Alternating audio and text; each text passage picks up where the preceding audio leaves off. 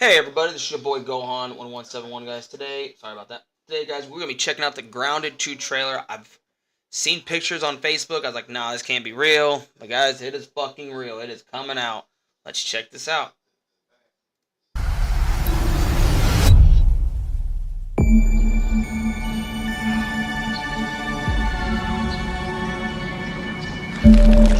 want to know what the fuck that thing is. The Weevil's back. We're so proud of Grounded. What started as a small passion project to make a quirky game where you're shrunk down to the size of an ant, trying to survive in the backyard, grew into something way bigger than we ever imagined. Over 25 million of you jumped in, explored, built, crafted, and fought off giant bugs together. Y'all helped make the entire experience very special to us. The team's been cooking up a ton for Grounded 2, and we're so excited to talk about it. And to grease some palms to steal a bit of time from the direct to give you a deeper look. There were so many possibilities and ideas that didn't make it into the first game. So with the sequel, we have the chance to dream bigger. Oh, wow. To achieve those dreams, we partnered with the amazing folks at Eidos Montreal. Together, we're taking Grounded from the backyard to an even larger world, the Brook Hollow Community Park. When we started working on Grounded 2, we knew that we wanted to make a bigger world. Fortunately for us, Eidos Montreal became our main partner on developing Grounded 2. They have a lot of similarities to the sorts of things that are important to us at Obsidian. They tend to make very narratively strong games. They make games with really deep characters and great character progression. They make games with great gameplay. Everyone at Eidos Montreal is thrilled and honored to be working with Obsidian Entertainment. Our two studios share working with Obsidian Entertainment. Consequences, player communities, and doing justice to great IPs and great franchises. The fact that we're the first partners that they're working with to make a sequel to their franchise feels like we're an important part of their history. The events of Grounded 2 take place 2 years after the first game. The same 4 teenagers are returning. So there's Max. Yes! Hoops. Oops. Willow. And Pete. They're a couple years older, which means they've gone through a bit more high school, a bit more mature. It's 1992. The world's a little bit different. But we're still in that fun, nostalgic era of the early 1990s. In Grounded 2, we're moving the action out of the backyard and into the Brook Hollow Community Park. Not only is it bigger, it allows us to tell a lot more stories and expand the world of Grounded by exploring what the community of Brook Hollow has been up to and what they've been through. The park overall is about 3 times the size of the backyard, and our initial starting area is actually the same size as the entire backyard from the first Grounded. The reason we wanted to move into a park wasn't just to create a bigger world, but was to give us the opportunity to explore the community of Brook Hollow and what secrets have they been hiding. What we love and what we're excited about in terms of the park is the opportunity to create environments and landmarks that are mundane at normal size, but are colossal wonders when you're the size of an ant. Everything from a giant trash can to a community picnic table or a snack bar. All of these areas come to life in a brand new way. Nice. Oh, had to go right to the fucking Minecraft shit. Okay.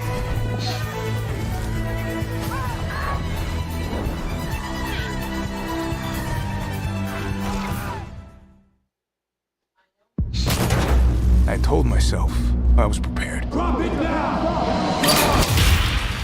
Part of the fun in Grounded 2 is that the park was evacuated really quickly right before our teens were shrunk. And that means that the park has been sort of turned upside down and is in a topsy-turvy state.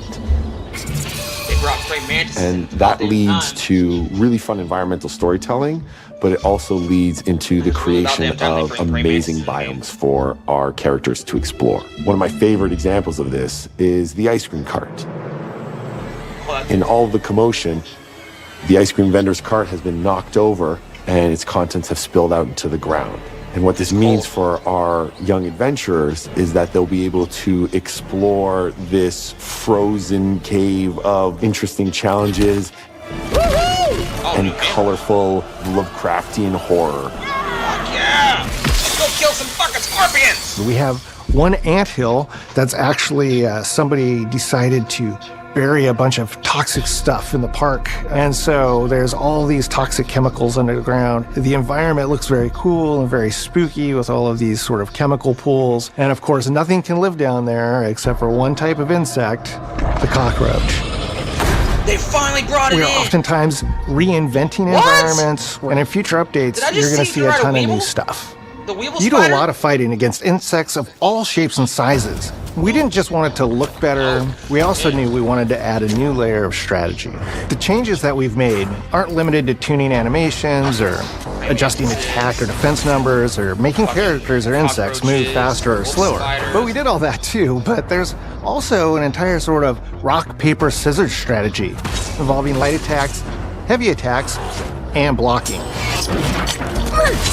We've also added dashing as a new way to both get out of danger quickly or jump in for a quick attack. And almost all the insects in the game will have these abilities now too. Sort of like a chess match, but one that's super frenetic, looks super cool, and is ultimately just a ton of fun. We're leaning into clear play styles for tanky warriors, low defense, high damage rogues, effect-wielding mages, and ranged hunters. In the first Grounded, we have mutations, and there were weapons and armors that favored different playstyles. In Grounded 2, not only will there be passive mutations, but there will also be active mutations. And a lot of those mutations support these archetypes. My favorite way to play pretty much any game is chasing after those game-breaking builds. And that's why I'm so excited for what we're doing with archetypes in Grounded 2. I'm all in on the rogue. Now, you can even dual-wield daggers. I've been dialing in this glass cannon build that stacks ambush, assassin, and cardiofan mutations with the wolfbane daggers and the wolf spider armor. It lets me open up combat with massive backstab damage that also inflicts venom. Then, I can use the extra stamina to reposition and try to dodge, rinse, and repeat. It's high risk, high reward, and absolute chaos in all the best way. I'm looking forward to seeing what wild combos the community comes up with and what they inevitably break once they get their hands on the archetype system. It's going to be awesome watching it evolve with player feedback and watching us try to keep up with all of your game-breaking builds.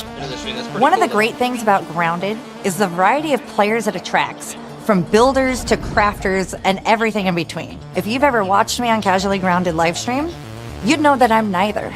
I am a murderer of insects. Personally, I prefer the term harvester. I love going out, hitting things, and bringing the materials like insect body parts back to my friends to use. This way, we keep progressing and playing together. We're also trying to make sure that armor and equipment are easily understood by the player, especially when they're playing co-op with their friends. It was really, really important for us to deliver on all of that for the bigger space and experience, because that was the only way we could truly support the feature the community has been asking for since the very first Grounded release. Mounts. Our mounts, we call them buggies, have an entire suite of moves and have their own special abilities and attacks. We really wanted the buggies to be an extension of the player in every way possible. And that meant making sure that buggies had unique and valuable abilities across all the core pillars of Grounded. That's fucking awesome. So that doesn't just mean exploration and travel. That has gameplay implications for combat, crafting, and building as well. Just like how we wanted to expand on player playstyles throughout the game, we're going to make sure that every buggy that we add has its own personality.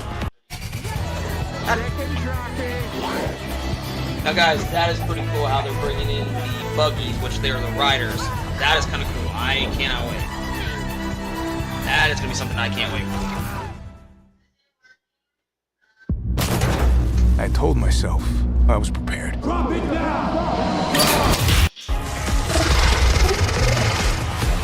The Red Ant soldier can enlist up to 2 Red Ant workers to follow you around and help you out. If you get into combat and you don't want to fight while you're saddled on your buggy, you can jump off, and they'll fight right alongside you and provide support. Oh, that's awesome. The Orb Weaver buggies are a little less useful when it comes to general utility, like building a base or harvesting, but they're awesome when it comes to combat. Sure, their defenses aren't super strong, but they're heavy hitters. They're also super fast, and they have some great special abilities, like a Scream that allows them to stun lesser-powered insects, and the ability to shoot webs and entangle other creatures. So the Orb Weavers won't be your base-building buggy. You should use the Red Ant Soldier for that. But they're super fun for exploration and combat. Red Ant Soldiers and Orb Weaver Spiders will be available at game preview launch. There will be others in the future, but those are the two we're starting with. Okay.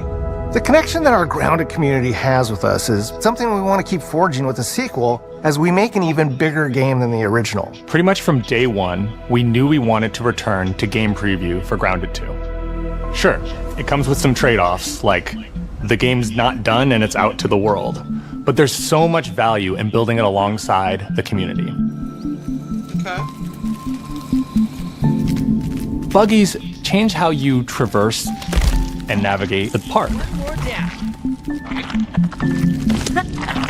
What we're doing with Grounded 2 is we're actually keeping zip lines held back so we can see how players engage with buggies, and then we can tweak zip lines to bring them back over time to really complement that buggy experience and make exploring the park far more fun.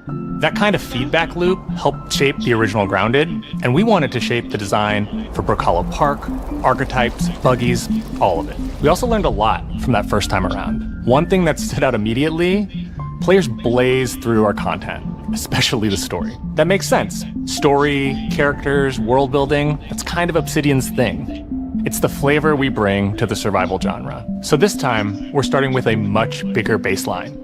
There's been an explosion at Brook Hollow Park. Chaos descended on a ceremony commemorating the 2-year anniversary of when 4 teenagers were miniaturized against their will. One of our favorite parts of the first game was watching the community uncover clues and spin up theories. This time around, we're leaning even more into that, and we'll be keeping a close eye on what our players discover and how they interpret it. Because you never know what might inspire us as development moves forward. We really started to hit our groove at the end of Grounded 1. We found that being open about what we were planning and then following through was key to building trust with the community. As a small team, we had to experiment with update pacing and scope, and what we found resonated the most with all of you were bigger, beefier updates, even if it took us a little longer to land. So that's the plan. Larger, more complete updates spaced out just enough so we can take your feedback seriously and make every drop count. You can expect in our big updates, new buggies, new biomes, new building pieces, all the good stuff. And we're launching with a public roadmap so everyone knows what to be excited about in the future. All of us at Obsidian Entertainment and Eidos Montreal are super excited about how close we are to letting all of you players get shrunk a second time and explore the all-new park on buggies in Grounded 2. If you're a returning Grounded player, we're really looking forward to you experiencing all the improvements. If this is your first time getting Tiny, then all I can tell you is that a world with an entirely new perspective and an entirely new feel awaits you in Brook Hollow Park. It's time to ride together and survive together.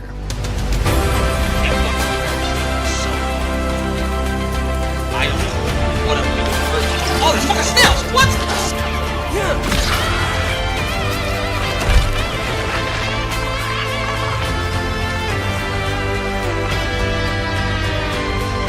Alright guys, we're gonna check out one more video, guys, and then that'll be it. I told you, you can't run from me, you foul beast!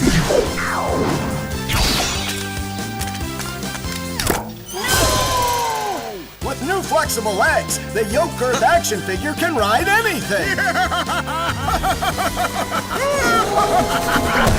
Breaking news. There's been an explosion at Brook Hollow Park. Chaos descended on a ceremony commemorating the 2-year anniversary of when 4 teenagers were miniaturized against their will and left to fight for their survival in the backyard of a deranged scientist. Formerly evil company Ominent Practical Technologies was set to dedicate a statue of the 4 teenagers, fast food science robot Burgle, and Dr. Tully when an explosion erupted.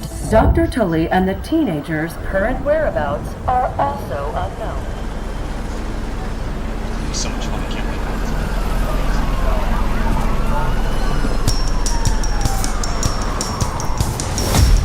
wait. You gotta keep them separated.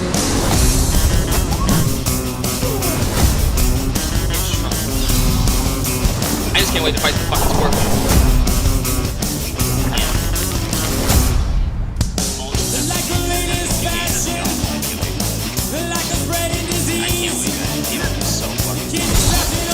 Basically scorpions and shit.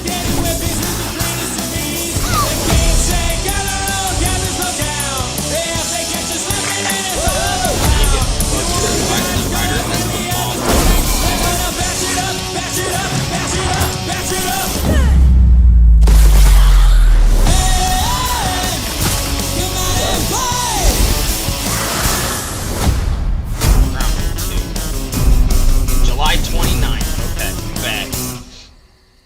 Alright guys, that is it. Hope you all enjoyed Play it. it day one with Game Pass. I can't wait. This game is going to be amazing. I can't wait, guys. I'm going to get off. I'm signing off.